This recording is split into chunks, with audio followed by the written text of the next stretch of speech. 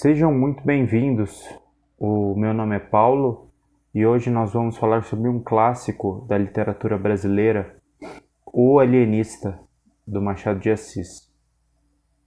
E o que isso tem a ver com tudo o que a gente está vivendo hoje?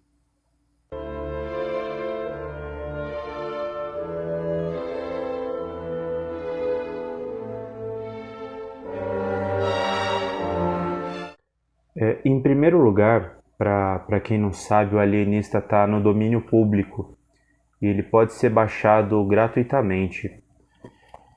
Então, você não tem nenhuma desculpa para não lê-lo. Porque a desculpa principal para não ler livros é porque são caros ou coisas do tipo, né? Mas tem muitos livros da literatura brasileira, os clássicos, eles estão praticamente todos no domínio público. E outra coisa também é que eu quero ao máximo fugir de anacronismos. O que seria um anacronismo? Seria eu buscar uma resposta a questões do meu tempo em textos antigos que não falam absolutamente nada sobre o meu tempo. E por que eu estou dizendo isso? Porque logo no começo eu falei sobre o alienista e que ele tinha algo a ver com tudo que isso que a gente está vivendo, né? Com essa questão de não somente da pandemia, mas como que a ciência é tratada dentro da pandemia. Visto isso, eu vou fazer um breve resumo, tentar ao máximo não, não estragar a leitura e não estragar a história, né? Não dar muitos spoilers. A história basicamente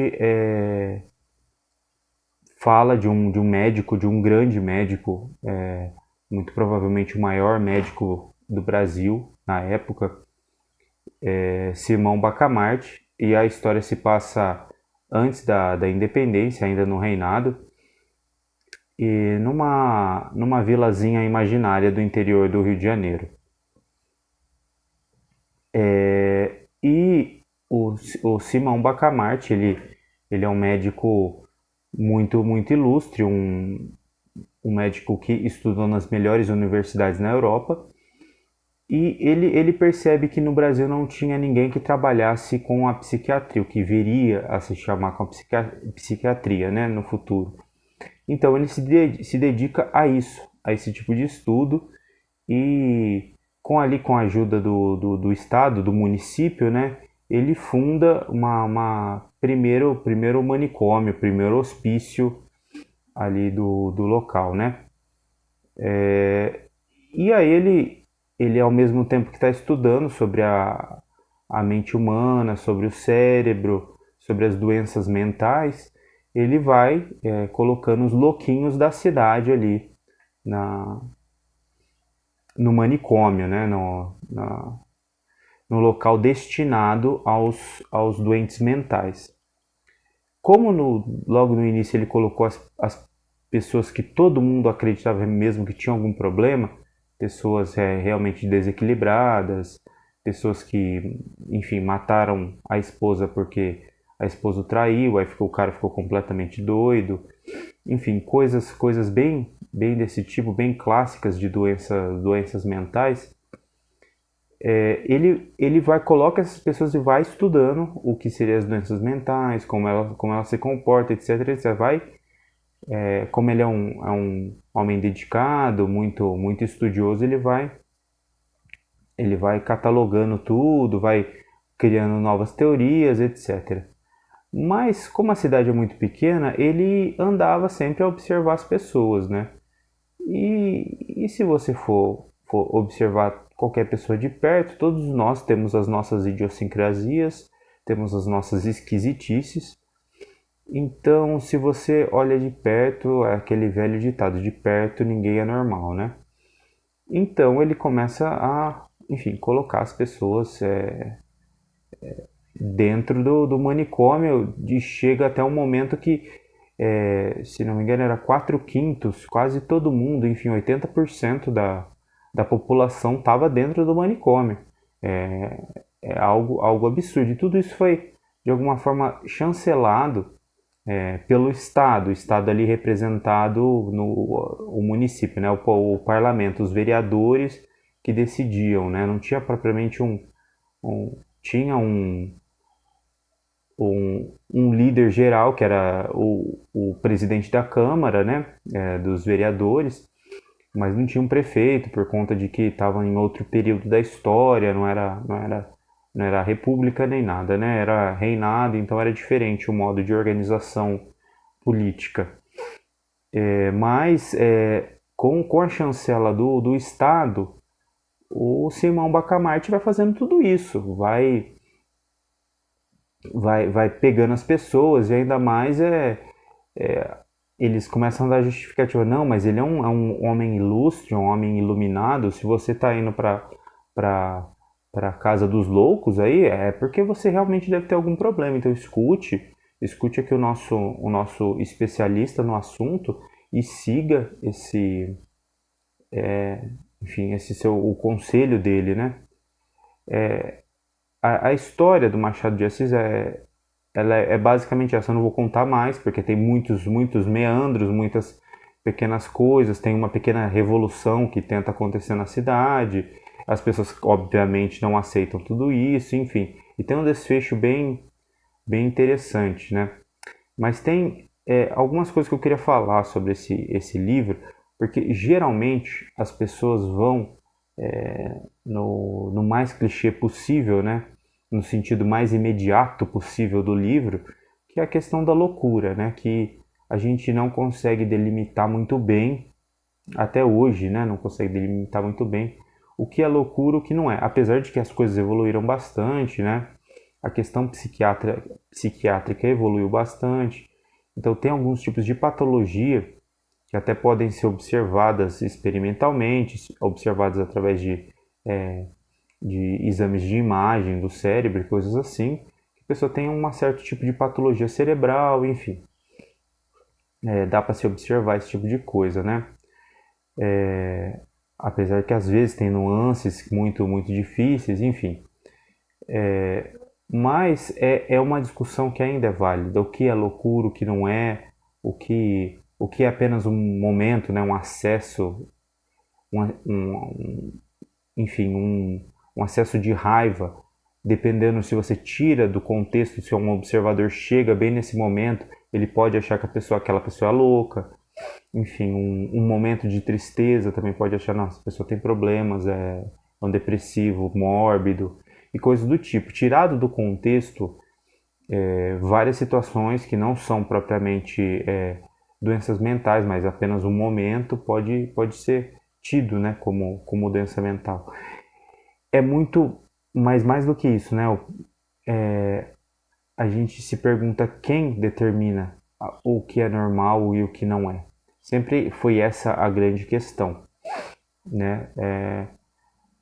E basicamente quem acaba determinando isso quem estuda e se debruça sobre o caso. A gente acabou delegando isso a cientistas, a psicólogos, a neurocientistas que estudam o cérebro para determinar isso. Nós confiamos nessas pessoas, que essas pessoas sabem o que estão fazendo e, e acreditamos nela. Assim como o pessoal da vila, se não me engano, é Itaguaí, acreditava no Simão Bacamarte. Depositaram sua confiança nele, mas enfim, ele estava equivocado em muitos aspectos, em muitos pontos, né? Porque na verdade aí é que tá um outro nível de interpretação desse livro, que como o Machado de Assis, ele sempre fazia críticas muito finas. As críticas dele, vamos dizer assim, eram críticas elegantes à sociedade. Não era bem como o Lima Barreto. O Lima Barreto era mais escrachado, ele já jogava na cara a verdade para as pessoas. E tanto é que ele nunca foi bem quisto no mundo literário por conta disso, né? Sempre pegavam ele com argumentos, o Lima Barreto com argumentos do tipo, como é que você vai ler os livros desse bêbado, né? Porque ele tinha problemas com bebida e tudo mais. E também era assim como Machado de Assis, era um homem mulato. E aí já pegavam tudo isso, lá o preto bêbado, como que você vai confiar num cara desse, né? Mas o Machado de Assis não. O Machado de Assis era um homem muito elegante, uma escrita muito elegante, né? E também com críticas muito elegantes, então ficava tudo muito sutil, né? Ele estava falando horrores da sociedade que ele vivia, a sociedade brasileira, que até hoje é basicamente assim, uma sociedade falsa, uma sociedade que se apega a mesquinharias. Tanto é uma cena do livro que mostra essa crítica machadiana que é vamos dizer assim, bem característico dele, que é um dos melhores amigos do Simão Bacamarte, era o vigário, o padre da cidade. E aí, em certo momento, o Simão Bacamarte pergunta, né, se também ele está normal ou não, e ele pergunta para o padre qual que é a opinião do padre sobre ele, sobre Simão Bacamarte. E ele pergunta ao padre: eu tenho algum defeito, alguma coisa que o senhor acha que eu deveria mudar, melhorar? E e o padre fala: não, o senhor é o melhor homem que eu já vi, um homem muito inteligente, está no seu mais perfeito juízo e tudo mais. E depois, quando o Simão Bacamarte não estava mais lá, né? Ele diz: bom, eu sempre achei que aquele homem era meio doido mesmo. Quando não estava na frente, né, do Simão Bacamarte, ele fala mal dele, né? Basicamente isso que acontece em praticamente todos os círculos de conversa e de convivência no Brasil.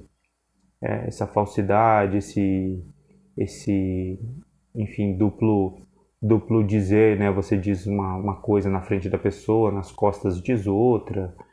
Enfim, essa coisa de se apegar a autoridades, se apegar a certos símbolos que o brasileiro acredita que representem a razão, como a ciência, a dita ciência, né? Isso tudo é algo muito mesquinho da nossa alma, né? Que o Machado de Assis descreve com perfeição nos seus livros. E essa questão de se apegar aos símbolos, como eu estava dizendo, é um tipo de interpretação do livro que poucos fazem. Porque uma das coisas que eu acredito que o Machado está questionando é a questão da ciência, da fé que as pessoas têm, que a ciência irá resolver todos os nossos problemas, que você depositando toda a sua fé, toda a sua confiança na ciência, ela irá conduzir os homens ou os seres humanos obviamente, para algo melhor. Essa é a fé, essa é a confiança que as pessoas têm. Até hoje tem, mas no final do século XIX, essa confiança era muito grande. Eles acreditavam, desde do racionalismo clássico, pega ali Descartes, Kant, as pessoas acreditavam muito no poder da razão humana. E no final do XIX, que foi quando o Machado escreveu esse livro, as pessoas tinham essa visão de que a ciência resolveria todos os nossos problemas, a razão humana resolveria todos os nossos problemas e que talvez algum dia a gente conseguiria construir nosso próprio Éden aqui na Terra. Isso tudo foi um pouco abalado, principalmente nos países mais civilizados, como a Europa e os Estados Unidos e o Japão também, os que participaram mais ativamente da guerra, vamos colocar assim que é melhor, não simplesmente civilizados, mas que participaram mais ativamente da Segunda Guerra, eles foram profundamente, essa fé na ciência foi profundamente abalada, porque o que gerou a guerra, o que moveu a guerra, foi ciência. E foi o que depois eles chamaram de pseudociência. A questão racial na Alemanha era tido como ciência. Os, os, os nazistas acreditavam que aquilo que eles falavam era fruto da ciência. E não era. Aquilo lá é pseudociência. E, então, houve uma certa, não modéstia, mas cautela em relação ao poder da razão humana, ao poder que a ciência pode exercer. Mas isso veio crescendo, né, com os avanços da ciência, principalmente avanços tecnológicos que as pessoas acabam associando à ciência, né, erroneamente, porque tecnologia e ciência são coisas diferentes. Isso volta. Isso volta nessa virada para o século XXI, isso volta com um pouco mais de força. E principalmente no Brasil, isso nunca deixou de existir, né? O governo militar, os 20 anos de governo militar no Brasil foi basicamente tecnocracia. Eles colocavam homens que eles acreditavam ser mais técnicos e mais científicos dentro da política para fazer uma gestão mais eficiente. Isso daí é o básico positivismo, né, que domina a cabeça dos militares. Mas aí a grande questão é que aí se torna algo perigosíssimo, que a Segunda Guerra provou de maneira muito dolorosa. A junção de ciência e Estado. O Estado, com a sua força policial, a sua força impositiva, tomando de empréstimo conclusões científicas de um dos lados da ciência, porque o que é ciência se não a confrontação de hipóteses contrárias? A confrontação e a experimentação de hipóteses contrárias para tentar se chegar a uma verdade que é sempre provisória dentro da ciência, né? Desde que se prove ao contrário, através de mais experimentações, mais hipóteses contraditórias, etc. Mas aí o Estado pega uma dessas hipóteses e impõe à população. Porque diz que esse é o consenso científico, a maioria dos cientistas acha isso, então vamos colocar isso. Isso vem acontecendo gradativamente, enfim, talvez a gente não percebesse isso se não tivesse acontecido a pandemia. Com a pandemia, as pessoas perceberam isso de uma maneira muito mais evidente, porque isso entrou no seu dia a dia. A questão de várias restrições, o uso de vários tipos de novos equipamentos, vamos dizer assim, como máscaras e ter que lavar as mãos toda hora, porque essa era a recomendação e era isso que os homens de ciência, os homens entendidos estavam falando para fazer, então deve ser isso mesmo. E aí entra a grande questão, que é a questão da vacinação ou não obrigatória. Que aí nós vemos vários Simões Bacamartes e várias pessoas que seguem esses Simões Bacamartes que querem, de uma maneira impositiva, colocar, bom, nós aqui estudamos, nós entendemos, então nós vamos impor que todos tomem isso que nós produzimos aqui, porque nós entendemos. E isso se torna muito perigoso, porque a ciência e as conclusões e até mesmo os produtos que surgem da ciência não devem ser impostos. A ciência nunca deve impor nada para as pessoas, mas sim apenas sugerir. Sugerir através dos seus estudos e tentar influenciar através da retórica, da oratória, porque toda imposição ela acaba em totalitarismo. E nós bem vimos no que terminou a Segunda Guerra Mundial. E eu acho que podemos sim fazer essa analogia com o do alienista, porque o Machado ele faz essa crítica ao poder da ciência, até onde ela pode ir. Ela não pode invadir a microesfera, invadir a vida privada das pessoas, tal como o Simão Bacamarte acaba invadindo. E essa é uma discussão, e essa é a discussão do nosso tempo. Essa é a discussão sobre a questão da liberdade ou não das pessoas tomarem a vacina, a liberdade ou não das pessoas, enfim, poderem viver normalmente, mesmo não tomando a vacina nesse mundo. Se é a ciência que, aliada com, a, com o Estado, diz isso, e se dali algumas semanas mudarem de ideia, como mudaram, por exemplo, a orientação a respeito do lockdown, a própria OMS, que é um órgão científico, não é? Enfim, eu acho que esse livro é muito pertinente para o momento que a gente está vivendo, e porque trata de uma questão fundamental dos nossos dias. Tá? Esse é um livro que geralmente as pessoas leem no ensino médio e acabam passando batido. E eu espero que a gente leia com mais, digamos assim, mais propriedade. A gente lê quando é adolescente, mas depois, quando tem 30, 40 anos, a leitura é diferente desse livro. Tá bom? Enfim, a resenha é essa e também a dica de livro é essa. Fiquem com Deus e até a próxima, se Deus assim permitir.